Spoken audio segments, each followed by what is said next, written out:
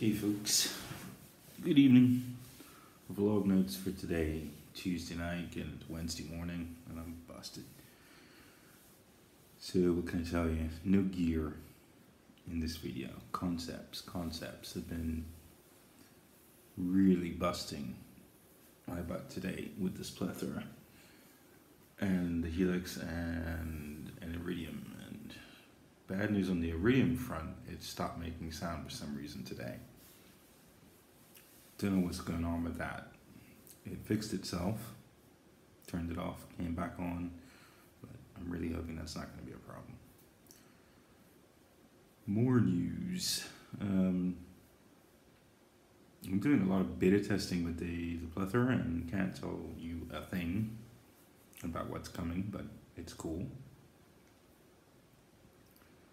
I've had a lot of different questions about that today, and if I had to give advice to anyone on the plethora, I would say this: get an expression pedal, hook it up, start messing with that in the app, in the Tone Print app, and figure it out. In the 27th minute of the FAQ video by Scotty and Anders, you will see what I'm talking about.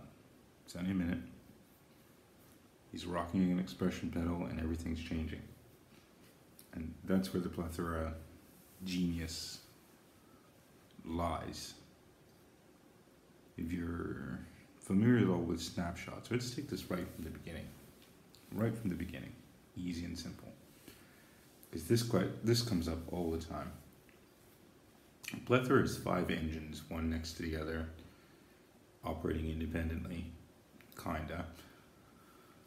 And it works like 5 good old-fashioned pedals. And that's what's so cool about this device, is if you want to play old school, play old school. Easy. If you want to get great sounds in seconds, plethora.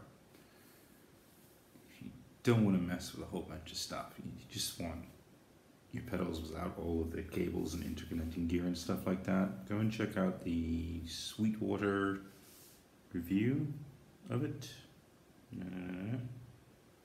Link up here.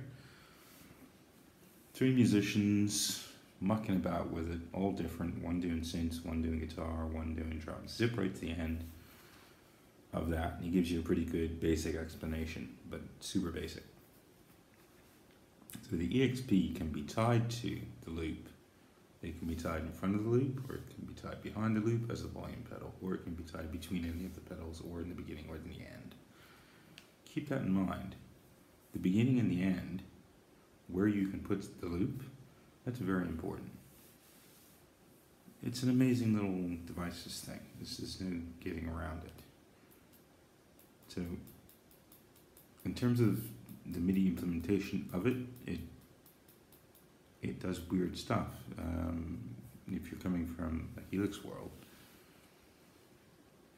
in the Helix world, everything is mapped by parameters, and everything can attach to those parameters, and that's unbelievably cool. It really is. But typically, that means you're starting from the ground and you're going up and you're connecting all those things. And typically what you'll find is, instead of going from one point to another point, what's most interesting is the voyage you take between the two. And that's where the plethora takes off. You have curves, and link to the curves video up here. What the curves let you do is, if we're talking just EXP, so just take this as an example. One knob turns 3 knobs. 1, 2, 3. Up to 3. Any 3 parameters you want are assigned to these knobs in software. And the software knobs are linked to an actual hardware knob. You should think of an expression pedal or a knob. It's a MIDI CC. And what's really cool is you can start at halfway and go to the end. You can start 2/3 of the way and go to the end. You can start wherever you want and finish wherever you want. And what happens in between here is not just a simple rise in values. It could rise and fall. It could rise and fall and rise and fall and rise and fall in the same thing over a time period. So as you turn the knob, these knobs could be going wild.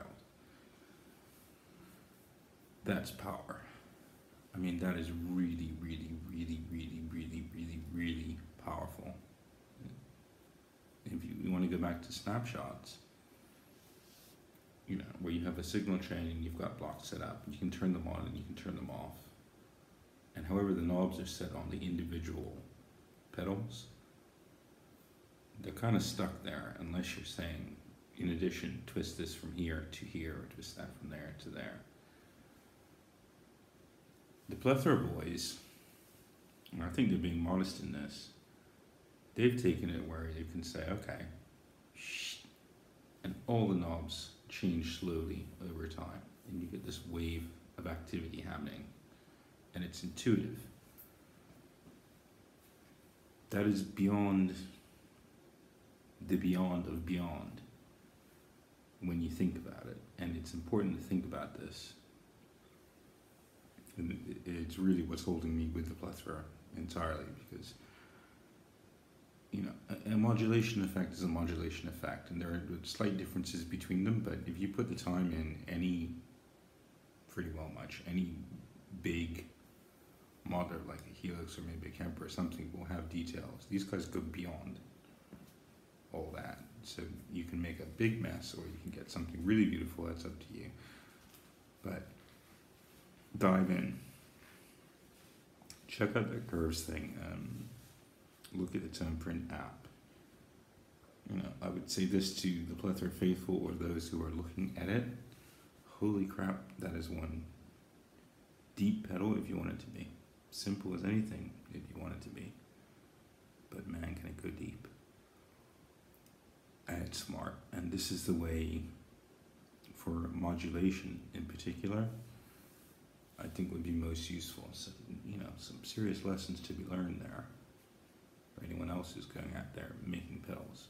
That's a cool way to do it. It really is. So I will leave you with that. Take care of your gear. Say a little prayer for my readings. I hope it doesn't die on me. Yeah, that was the other thing. Really occurred to me today, and other questions came out across the groups today, and this is a big one. Which happens to me, you know, if I have one amp die, I've got another 3 pedals that will all do amps, and you're covered. What's the word for that? I don't know, auto recovery or diversification. Just think about that when you're building your boards. You know, because there's no excuse, and things happen out there in the wild. Here in Italy, the famous Negroni, it's a cocktail, gets in everything, and if any drink is going to destroy your equipment, Negroni tastes great, destroys equipment. So keep those away if you see someone coming with them, because it'll mess you up, but work around it.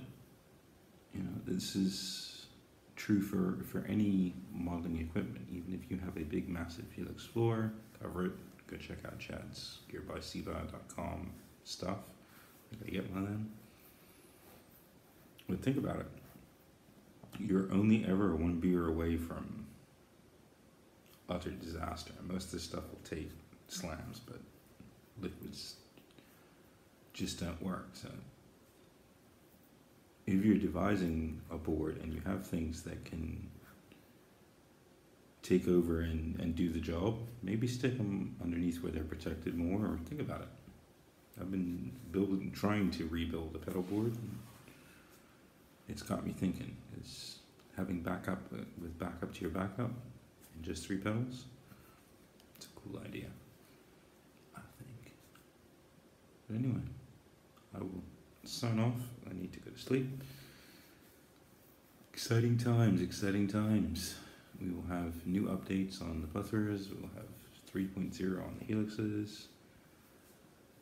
And there's some delay to the normal QC, but that's coming out in November now, I think.